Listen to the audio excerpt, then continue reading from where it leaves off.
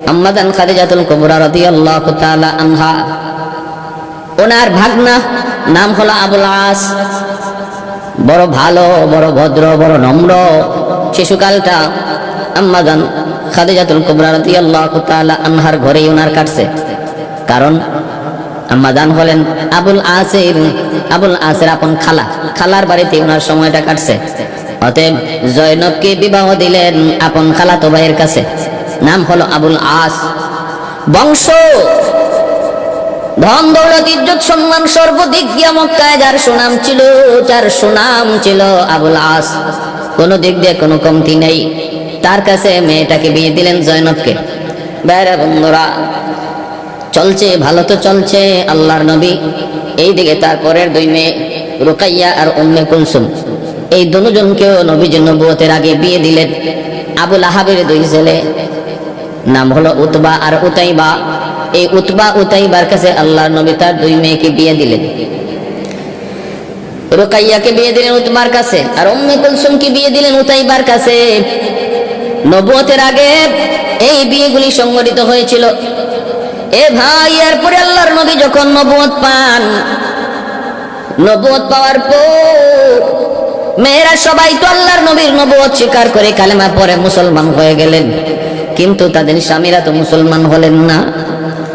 এই জয়নবের স্বামী আবুল আস, তিনিও কালেমা পড়ে মুসলমান হলেন না। আর এইদিকে রুকাইয়া আর উম্মে কুলসুমের স্বামী উতবা উতাইবা, এরাও কালেমা পড়ে মুসলমান হলো না। আবুল আহাবের সন্তান, উম্মে জামিলের সন্তান, যে দুজন আমার নবী প্রচন্ড দুশমন ছিল, বহুত বড় দুশমন ছিল। আবুল আহাব এবং উম্মে জামিল, এই দুজন ছিল নবীর বহুত বড় দুশমন। ভাইরা বন্ধুরা, জন্য একটু খেয়াল করে শুনুন আল্লাহর গোলাম। ওই জয়নবের বিবাহ হলো আবুল আসের সঙ্গে। আল্লাহর নবী নবুয়ত পাওয়ার পর মেয়েরা যখন কালেমা পড়ে মুসলমান হয়ে গেলেন, তখন তো মক্কার কাফিররা তারা এই আবুল আসকেও ফুসলাইতে লাগলো, কয় মুহাম্মদের মেয়েকে তালাক দিয়ে দে। আর ওইদিকে আবুল আহাবের দুই পোলা উতবা উতাইবারও তার বাপ মা সহ মক্কার মানুষগুলা তারা দাঁড়ায় ফুসলাইতে লাগলো, কয় মুহাম্মদের দুই মেয়েকে তোরাও তালাক দিয়ে দে। বিনিময়ে তোরা মক্কার যত সুন্দরী মেয়ে চাও তোমাদেরকে বিয়ে দেব, মুহাম্মদকে তার মেয়েদেরকে নিয়েই তোমরা ব্যস্ত থাকতে দাও। কারণ সে আমাদের বাপ দাদার ধর্ম মানে না, ইসলাম ধর্মের কথা বলে, এক আল্লাহর কথা বলে, আমাদের সাথে তার কখনো মিলবে না। অতএব না তার সাথে আমাদের সম্পর্ক রাখা যায় না, মেয়েকে তালাক দিয়ে দাও। এই কথা বলতেই আবুল আহাব যখন একই কথা বলল, উম্মে জামিলও বলল। উম্মে জামিল কয়, যদি মুহাম্মদের সন্তানগুলিরে মুহাম্মদের দুই মেয়েকে তোরা তালাক না দেস, তাহলে আমি একা মা বলে ডাকবি না। এত কঠিন কথা বলল। জিদ করেছিল কেন? কারণ তাদের ব্যাপারে কোরআনে সূরাতুল লাহাব নাযিল হয়েছিল।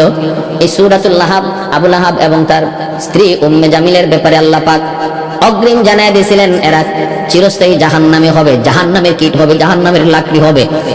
এই গুসায়, এই কারণে খেপে গুসায় আবুল আহাব এবং তার স্ত্রী উম্মে জামিল দুনো সন্তানকে বলেছিল, তাড়াতাড়ি তোরা মুহাম্মদের মেয়েদেরকে তালাক দে। কারণ তার কারণে আমাদের ব্যাপারে কোরআনে সূরা নাযিল হয়ে গেছে, আমরা নাকি জাহান্নামী। উতবা কয়, ঠিক আছে আমি তালাক দিয়া দিব। উতবা উতাইবা দুজন আমার নবীর দুনো মেয়েকে তালাক দিয়া দিল। আর এটা আল্লাহর নবীর কামনা ছিল, আমার নবীর আশাও ছিল, আমার নবীর ইচ্ছাও ছিল তারা যেন তালাক দিয়া দেয়। কারণ আল্লাহর নবী দোয়া করেছিলেন, মালিক আমার দুটোটা মেয়ে তারা তো কালেমা পড়ে মুসলমান হয়েছে, কিন্তু স্বামীগুলি মুসলমান হলো না। ও মালিক, কাফিরের ঘরে কেমন করে মুসলমান মেয়ে এসে সংসার করবে? আল্লাহ তুমি ওদেরকে হেদায়েত দিয়ে দাও। যদি হেদায়েত এদের কপালে না থাকে, তাহলে আমার মেয়েদেরকে সসম্মানে ফিরিয়ে দাও। তখনও কিন্তু নবীর দুনো মেয়ের সাথে আবুল আহাবের দুনো ছেলের মিলন হয় নাই, মাত্র বিবাহ হয়েছিল। আল্লাহর নবী এখনো উঠায় দেন নাই। ওই অবস্থায় নবী যখন দোয়া করলেন, আল্লাহ আমার মেয়েকে তুমি ওদের কাছ থেকে নাজাত দিয়ে দাও, রব্বুল আলামিন এই দোয়াটা কবুল করে নিয়েছেন। উতবা উতাইবা দুজন আমার নবীর কাছে আইসা ঘোষণা দিয়া তালাক দিয়া গেল। এমনকি উতবা নবীর গায়ে হাত পর্যন্ত উঠায় দিল বেয়াদবি কইরা। আর আমার নবী রহমতের নবী কষ্ট পাই আল্লাহর কাছে একটা বদদোয়া করেছিলেন, মালিক আল্লাহুম্মা সাল্লিত আলাইহি কালবাম মিন কিলাবিল্লাহ, আল্লাহ তোমার একটা কুত্তা ওর পিছনে লাগায় দাও, ওর মরণ যেন কুত্তার কামড়ে হয়, ওর মরণ যেন বাঘের কামড়ে হয়। আবু লাহাবের পোলা যায় আবু লাহাবকে বলেছিল, আব্বা মুহাম্মদ আমাকে এমন একটা গালি দিয়েছে। আবু লাহাব কয়, কস কি তুই? মুহাম্মদের কথা জীবনে কোনোদিন মিথ্যা হয় না রে বাবা। তাহলে তো তোর কপালে কুত্তার কামড়ি আছে, তাহলে তো তোর কপালে বাঘের কামড়ি আছে। আল্লাহ নবীর উপরে ঈমান আনে না, কিন্তু নবীর কথা যে 100 সত্য, এই কথাটা কাফেররাও তারা মানত, তারা বিশ্বাস করত। বন্ধুরা, জন্য বলতেছিলাম, মায়ার নবী, দয়ার নবী, রহমতের নবী, আল্লাহর নবীর সাথে বেয়াদবি করলো, এরপরে তার পোলারে কুত্তায় কামড়ায় খাইলো। আমি ওই দিকে বিস্তারিত ঘটনার দিকে যাব না। বলতেছিলাম, এই দোনোটা পোলা, আবু লাহাবের দোনো পোলা তালাক দিয়ে চলে গেল, কিন্তু আবুল জয়নব রাদিয়াল্লাহু তাআলা আনহার স্বামী আবুল আস, আপন খালাতো ভাই, তারে যখন মক্কার মানুষগুলি যায় ধরলো, তুই জয়নবরে তালাক দিয়ে দে। আবুল আস কয়, তোমরা কোনোদিন আমাকে এই প্রস্তাব মানাইতে পারবা না রে। মক্কার যত সুন্দর নারী আমাকে তোমরা দাও না কেন, আমার জয়নবের মতো আমি মক্কার কোন নারীকে পাবো না, অতএব আমি তালাক দেব না। তালাক দেওয়ার প্রশ্নই ওঠে না। ইসলাম ধর্ম মানি না সেটা ভিন্ন কথা, কিন্তু স্ত্রীকে তালাক দেব না। এই ব্যাপারে আল্লাহর নবী আবুল আসের প্রশংসাও করতেন। এজন্য নবী আবুল আসকে মায়া করতেন, প্রশংসা করতেন। হ্যাঁ, বদর যুদ্ধে এই জয়নব রাদিয়াল্লাহু তাআলা আনহা, তিনি মক্কায়, আল্লাহ নবীর সাথে তখনও হিজরত করেন নাই, স্বামীর সাথে মক্কায় থাকতেছেন, স্বামী ইসলাম গ্রহণ করে নাই, কিন্তু স্ত্রী মুসলমান। বদর যুদ্ধে আবার আবু জাহেলের পক্ষে নবীর বিরুদ্ধে যুদ্ধ করতে এসেছে। ভাইরা বন্ধুরা, যুদ্ধ শেষ হলে পরে বদরে আমরা জানি 70 জন বড় বড় কাফের লিডার মুসলমানদের হাতে নিহত হয়েছে, আর 70 জন বন্দী হয়েছে। এই বন্দীদের ভিতরে আবুল আসও ছিলেন, যিনি বদরে যুদ্ধ করেছেন নবীজির বিপরীতে, নবীজির বিরুদ্ধে, আবু জাহেলের পক্ষে, কিন্তু বন্দী হয়ে আল্লাহ নবীর হাতে। এই 70 জন বন্দীর ভিতরে একজন ছিলেন আবুল আস, আমার নবীর আপন মেয়ের জামাই, অর্থাৎ নবীর বড় মেয়ের জামাতা জয়নব রাদিয়াল্লাহু তাআলা আনহার স্বামী। মায়ার নবী যখন বন্দীদের মুক্তিপণের মাধ্যমে মুক্তি দিচ্ছেন, তখন আবুল আসকে বলা হয়েছিল, তোমার মুক্তিপণ কি আনবা আনো। বদরের যুদ্ধে আবুল আসকে বললেন যে তোমার পক্ষ থেকে মুক্তিপণ যা আনবার আনো। মক্কায় খবর পাঠানো হলে স্বামীর মুক্তিপণ বাবদ হযরত জয়নব নবীজির মেয়ে একটা হার দিয়েছিলেন, স্বর্ণের হার। এই হারটা আল্লাহ নবীর কাছে আসলো, নবীজি হারটা দেখে চিনে ফেললেন, আর নবীজির চোখ অশ্রুতে ভরে গেল। আল্লাহ নবী তখন বলতেছেন সাহাবীদেরকে, সাহাবীরা, এই হারটা হলো আমার খাদিজার হার। বিবাহের সময় আমার খাদিজা এই হারটা তার মেয়ে জয়নবকে দিয়েছিল, অতএব আমার মন চায় হারটা মুক্তিপণ বাবদ রাখা ঠিক হবে না। এরে আমার সাহাবীরা, একটু যদি তোমরা মন অনুমতি দাও, আমার মন বলে হারটা আমি ফিরিয়ে দেব, কারণ এই হারের সাথে আমার খাদিজার বহু স্মৃতি লেগে আছে, জড়ে আছে। বিবাহের সময় আমার জয়নবকে আমার খাদিজা এই হারটা দিয়েছিল। আল্লাহ নবী তার স্ত্রী, প্রথম স্ত্রী আম্মাজান খাদিজাতুল কুবরা রাদিয়াল্লাহু তাআলা আনহাকে জীবনে নবী কোনোদিন বলতে পারেন নাই, কারণ আম্মাজান খাদিজাতুল কুবরা রাদিয়াল্লাহু তাআলা আনহা, তিনি ছিলেন নবীজির দুঃখের দিনের সাথসঙ্গী। নবীর দুঃখের দিনের সঙ্গী ছিলেন আম্মাজান খাদিজাতুল কুবরা। এজন্যই নবী বলতেন, আয়েশা, খাদিজার ব্যাপারে কোনো হিংসা করো না, ঈর্ষা করো না। তোমরা বলে আমার সুখের দিনের স্ত্রী, আর আমার খাদিজা ছিল দুঃখের দিনের স্ত্রী। যেদিন আমার চতুর্দিকে দুশমন, কেউ পাশে নাই, আপন বলতে কেউ নাই, আপন চাচারা পর্যন্ত আমার দুশমন, ওই দিন আমার পাশেই ছিল একমাত্র আমার খাদিজা। সম্পদগুলি পর্যন্ত আমার সাহায্যে সে সব দিয়ে দিছিল। এমনকি আমি কখন কোথায় কোন অবস্থায় থাকতাম সব কিছু খাদিজা অবজার্ভ করতো। বাহির থেকে কষ্ট করে ভিতরে ঢুকলে পরে যে সান্ত্বনা খাদিজা আমাকে দিত রে, সেই সান্ত্বনা পেয়ে বাহির জগতের সব বেদনা কষ্ট আমি নবী ভুলে যেতাম। সাহাবীরা, তোমরা যদি বলো আমি হাতটা ফিরিয়ে দেই, আল্লাহ নবী সাহাবীদের অনুমতি নিয়ে ওই হাতটা আবুল আসকে আবার ফিরাই দিয়া বলতেছেন, যাও, হাতটা আমি নিলাম না, হাতটা মুক্তিপণ বাবদ গ্রহণ করব না, কারণ এই হাতটা হলো আমার খাদিজার হার। হাতটা নিয়ে তুমি জয়নবকে আবার ফিরাই দিয়ে দিও। আর একটা শর্তে তোমাকে আমি মুক্তি দিচ্ছি, সেটা হলো তুমি মক্কায় যাইয়া আমার মেয়ে জয়নবকে তুমি মদিনায় নিয়ে আইসো, আমার কাছে দিয়ে যাও, কারণ তুমি এখনো মুসলমান হও নাই। কিন্তু আমার মেয়ে জয়নব, সে তো আমার উপর ঈমান এনেছে, আল্লাহর উপর ঈমান এনেছে, সে তো আমাকে নবী হিসাবে গ্রহণ করে নিয়েছে, মুসলমান হয়েছে। অতএব যাও, তুমি মক্কায় গিয়া আমার মেয়েটাকে মদিনায় পাঠিয়ে দিও। এই শর্তে মায়ার নবী আবুল আসকে মুক্তি দিয়ে দিলেন। তিনিও মক্কায় গেলেন, যায়া স্ত্রীকে তিনি সসম্মানে আল্লাহর নবীর কাছে পৌঁছায় দিলেন। নবীজির কাছে দিয়ে তিনি আবার চলে গেলেন। ভাইরা আমার, বন্ধুরা আমার, এরপরে আরো 1 বছর, 2 বছর, 3 বছর, 4 বছর কেটে গেল। 5 বছর কেটে 4 বছর পর ষষ্ঠ হিজরিতে তিনি আরেকটা মক্কার মানুষের অনেকগুলি আমানত সঙ্গে নিয়ে ব্যবসায়িক কাফেলা গিয়েছিলেন। ওই ব্যবসায়িক কাফেলাটা মুসলমানদের হাতে বন্দী হয়ে যায়, আর ব্যবসায়িক মালামালগুলি মুসলমানরা জব্দ করে। আল্লাহ নবী রহমতের নবীর কাছে আবুল আসকে হাজির করা হয়। মায়ার নবী, দয়ার নবী বলেন, তোমার কাছে যে মালগুলি আছে এগুলা তো তোমার না, মালগুলি হলো মক্কার মানুষের আমানত। অতএব তোমাকে যদি এখন বন্দি করি, মালগুলি যদি আমরা সব নিয়ে নিই, তাহলে মক্কার মানুষগুলার কাছে তোমার জবাব দিতে হবে, কারণ এই মালগুলি তোমার কাছে মানুষের পক্ষ থেকে আমানত। যাও, মালামাল সহ তোমাকে মুক্তি দিয়ে দিলাম, মালামাল সহ তোমাকে মুক্তি দিয়ে দিলাম। আমার নবী রহমতের নবীর আদর্শ দেখেন, আমার নবীর ইনসাফ দেখেন। মায়ের নবী বুঝতে পেরেছেন, না না, নবীজি দেখেছেন এই মালগুলির মালিক যদি এক আবুল আস হতো তাহলে ভিন্ন কথা। এখানে 100 জনের 10 জনের 20 জনের হক জড়িত, ওরা তো তার কাছে চাইবে, সে তো তাদের জামিন হয়ে আসছে। আল্লাহর নবী তখন তারে মুক্তি দিয়ে দিলেন। আর এই ঘটনার পরে আবুল আস মক্কায় যাইয়া সাথে তাদের মালামাল বোঝাইয়া দিয়া প্রকাশ্যে কালেমা পড়ে মুসলমান হয়ে গেলেন। আমার নবীর আখলাক আর আদর্শ দেখে যে ওই সময় যদি কাফেলাকে আটক করা হতো তাহলে আবুল আস কত বড় বিপদে পড়তেন।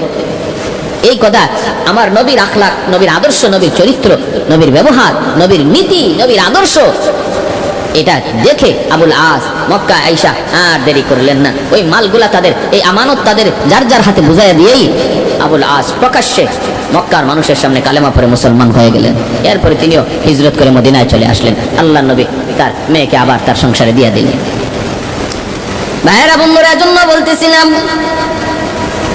এই যে জয়নব রাদিয়াল্লাহু তাআলা আনহা, তিনি 8ম হিজরিতে মারা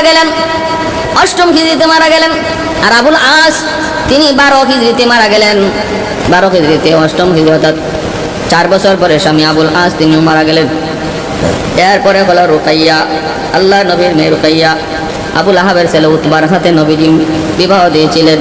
ভাইরা বন্ধুরা, এই রুকাইয়া আর উম্মে কুলসুম দুজনকে যখন আবুল আহাবের দুনো পোলায় তালাক দিয়ে দিল, মায়ার নবী, দয়ার নবী তখন সাথে সাথে দুজনকে সাথে সাথে আল্লাহ নবী হযরত রুকাইয়া রাদিয়াল্লাহু তাআলা আনহাকে প্রথমে উসমান গনি রাদিয়াল্লাহু তাআলা আনহুর কাছে বিয়ে দিলেন। উসমান গনি রাদিয়াল্লাহু তাআলা আনহু নবীজির মেয়ে রুকাইয়াকে বিয়ে করলেন। উসমান গনি রাদিয়াল্লাহু তাআলা আনহু মক্কা মদিনার একজন ধনী মানুষ ছিলেন, ধনী সম্পদের কোনো অভাব নাই। সে উসমান গনি রাদিয়াল্লাহু তাআলা আনহু তিনি নবীর মেয়ে হযরত রুকাইয়া রাদিয়াল্লাহু তাআলা আনহাকে বিয়ে করলেন। ভাইরা বন্ধুরা, সংসার চলতেছে ভালো। অত্যন্ত বড় রঙের সুন্দর মায়ের নবীর মেয়ে রুকাইয়া রাদিয়াল্লাহু তাআলা আনহা। ভাইরা বন্ধুরা, 2য় হিজরিতে তিনি ইন্তেকাল করেন। বদরের যুদ্ধের সময় মদিনায় হযরত রুকাইয়া উসমান গনি রাদিয়াল্লাহু তাআলা আনহুর সাথে মক্কা থেকে মদিনায় হিজরত করলেন। হাবশায় তিনি স্বামীর সাথে হিজরত করেছিলেন, মদিনায় হিজরত করলেন। বদর যুদ্ধে আল্লাহর নবী বদরের যুদ্ধে যাবেন। নবী বলতেছেন, ওসমান, আমার রুকাইয়া অসুস্থ, তোমার বদরে যাওয়া লাগবে না, বদরের সব কাজে তোমাকে অংশীদার আমি রাখবো, তুমি রুকাইয়ার কাছে থাকো। ওসমান গনি রাদিয়াল্লাহু তাআলা আনহু রুকাইয়া রাদিয়াল্লাহু তাআলা আনহার কাছেই থাকলেন সেবার জন্য। ভাইরা বন্ধুরা, ওই অবস্থায় তার ইন্তেকাল হয়ে গেল।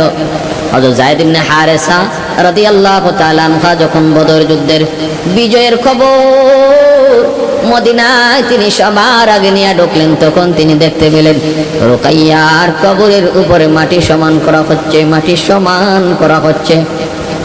ভাইরা বন্ধুরা, আল্লাহর নবী রহমতের নবী তখন তার পরের মেয়ে উম্মে কুলসুমকে পরের বছর অর্থাৎ 3য় হিজরিতে ওসমান গনি রাদিয়াল্লাহু তাআলা আনহুর কাছে বিয়ে দিলেন। রুকাইয়া মারা গেলেন 2য় হিজরিতে।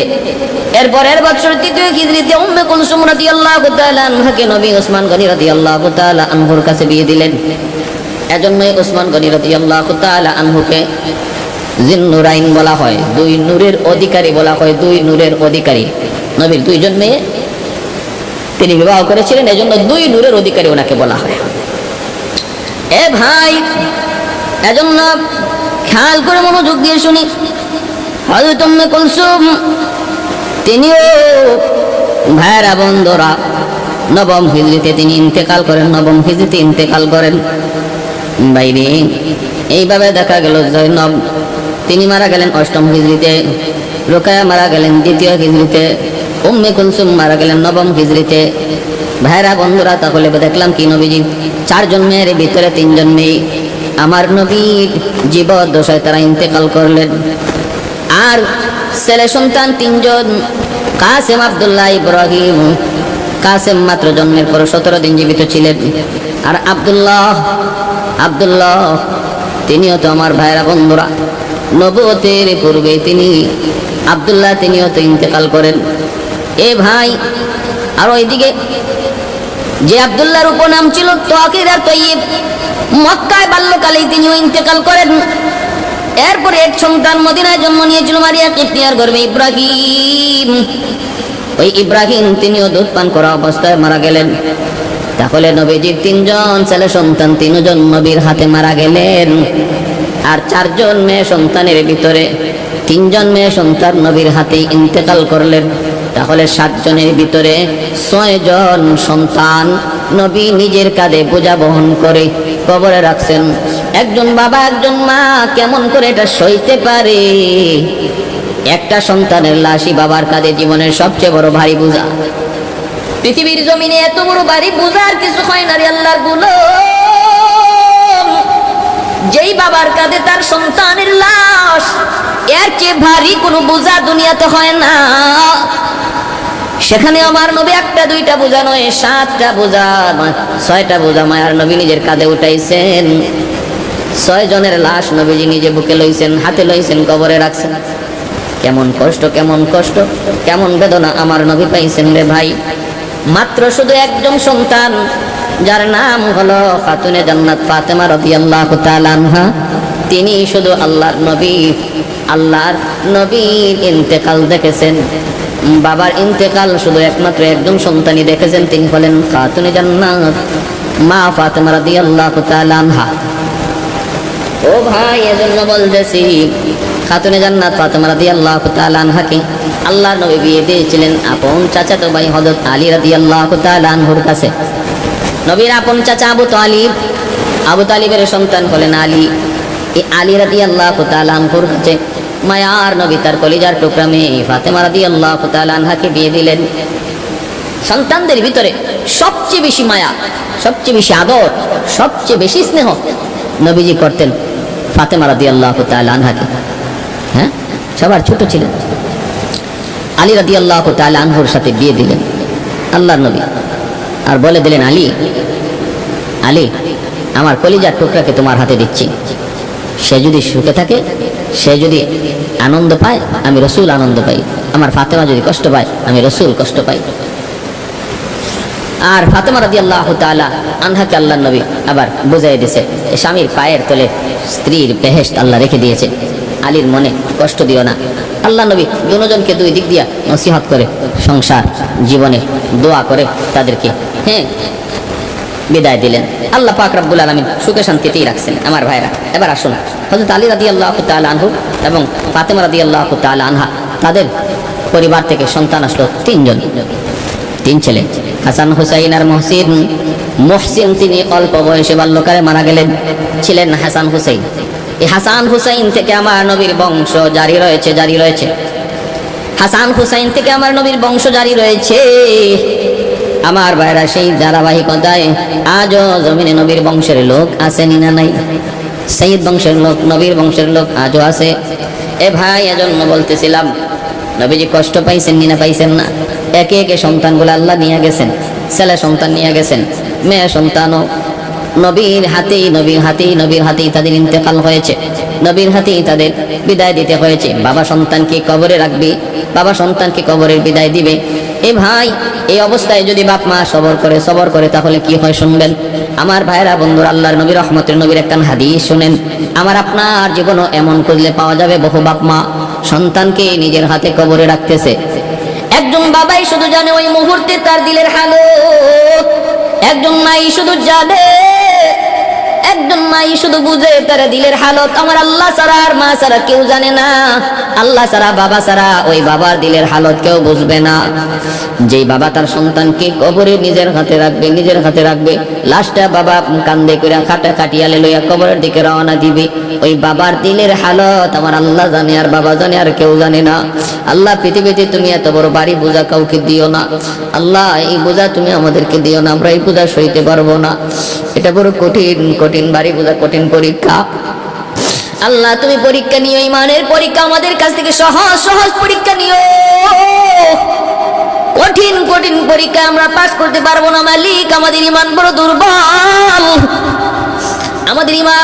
দুর্বল, আল্লাহ পাক রব্বুল আলামিন বলে, ওয়ালা নাবলুওয়ান্নাকুম বিশাইইন মিনাল খাউফি ওয়াল জু'i ওয়া নাকসিম মিনাল আমওয়ালি ওয়াল আনফুসি ওয়াত তামারাত ওয়া বাশশিরিস সাবিরিন। আল্লাহ পাক রব্বুল আলামিন কই, ইমানের পরীক্ষা আমি আল্লাহ নেব, ইমানের পরীক্ষা আমি নেব, কিন্তু সেই পরীক্ষা এক এক রকম হবে। যার ইমান যত মজবুত তার ইমান হবে তত, তার পরীক্ষা হবে তত কঠিন। কারো পরীক্ষা হবে একবার, কারো পরীক্ষা হবে দুইবার, কারো পরীক্ষা হবে শতবার। এ ভাই, আল্লাহ পাক রব্বুল আলামিন হাদিস শরীফ আল্লাহর নবী বলেন, একজন ছোট্ট সন্তান, কলিজার টুকরা সন্তানকে যখন মালাকুল মউত আজরাইল তার জানটা লইয়া যখন যায়, আল্লাহ পাক রব্বুল আলামিন তখন ফেরেশতাকে জিজ্ঞেস করে মাযা ক্বালা আবদি, আমার বান্দা কি বলেছে? তুমি যে তার জান কবজ করে নিয়ে এসেছো, আমার বান্দা কি বলেছে তুমি একটু বলো। তখন ফেরেশতারা তখন বলে, হামিদাকা ওয়াস্তারজিআ, ও আল্লাহর বান্দা, তার কলিজার টুকরা সন্তানকে আমরা নিয়ে এসেছি, তোমরা তো আমার আমার বান্দার কলিজা লইয়া আইছো। এই অবস্থায় তোমরা তারে কোন হালতে পাইছো, কোন অবস্থায় পাইছো? সে কি কয়? ফেরেশতারা কয়, আল্লাহ, সে তো ইন্না লিল্লাহ পড়ছে আর হামিদাকা, তোমার প্রশংসা করেছে। সুবহানাল্লাহ। আল্লাহ পাক রব্বুল আলামিন বলে, কাবাসতুম সামারাতা ফুআদি, এ ফেরেশতারা, তোমরা কি আমার বান্দার কলিজাটা ছিঁড়ে নিয়ে আইছো? তোমরা কি আমার বান্দার কলিজাটা ছিঁড়ে নিয়ে আসো নাই? ফেরেশতারা কয়, মালিক, আমরা তো আনি নাই, তুমি আমাদেরকে নির্দেশ দিয়েছো বিদায় আমরা গেছে আনছি। আল্লাহ পাক রব্বুল আলামিন তখনও বলে, বলো তো ওই অবস্থায় আমার বান্দারে তোমরা কোন অবস্থায় পাইছো, কি কইতে শুনছো? হামিদাকা ওয়াস্তারজিআ, সে ইন্না লিল্লাহ পড়েছে এবং তোমার প্রশংসা করেছে। আল্লাহ তোমার নাশকরি করে নাই, সে মাতম করে নাই, চিল্লাচিল্লি করে নাই, তোমারে গালিও দেয় নাই, আজরাইলকেও গালি দেয় নাই। আল্লাহ সবর করেছে, প্রশংসা করেছে, চোখ দিয়ে একটু রহমতের দয়া মায়ার চোখ, একটু অশ্রুর ফুটা ঝরেছে। এটা আমার নবীরও ঝরছে। চোখ দিয়ে পানি আসা এটা দূষণীয় নয়, এটা আমার নবীরও চোখ দিয়ে পানি আসে। কিন্তু আওয়াজ করে নবী, কোন সন্তানের মৃত্যুতে, কোন আপনজনের মৃত্যুতে আওয়াজ করে কান্না করতে নবী নিষেধ করেছেন। বরং ইন্না লিল্লাহি ওয়া ইন্না ইলাইহি রাজিউন। অর্থ হলো, ও বাবা তুমি যাও, সন্তানকে বাবা বলতেছে, বাবা তুমি যাও, আমিও তোমার পেছনে আসতেছি, আমরা সবাই একই পথের পথিক, সবাই কিন্তু আমরা একই পথের পথিক।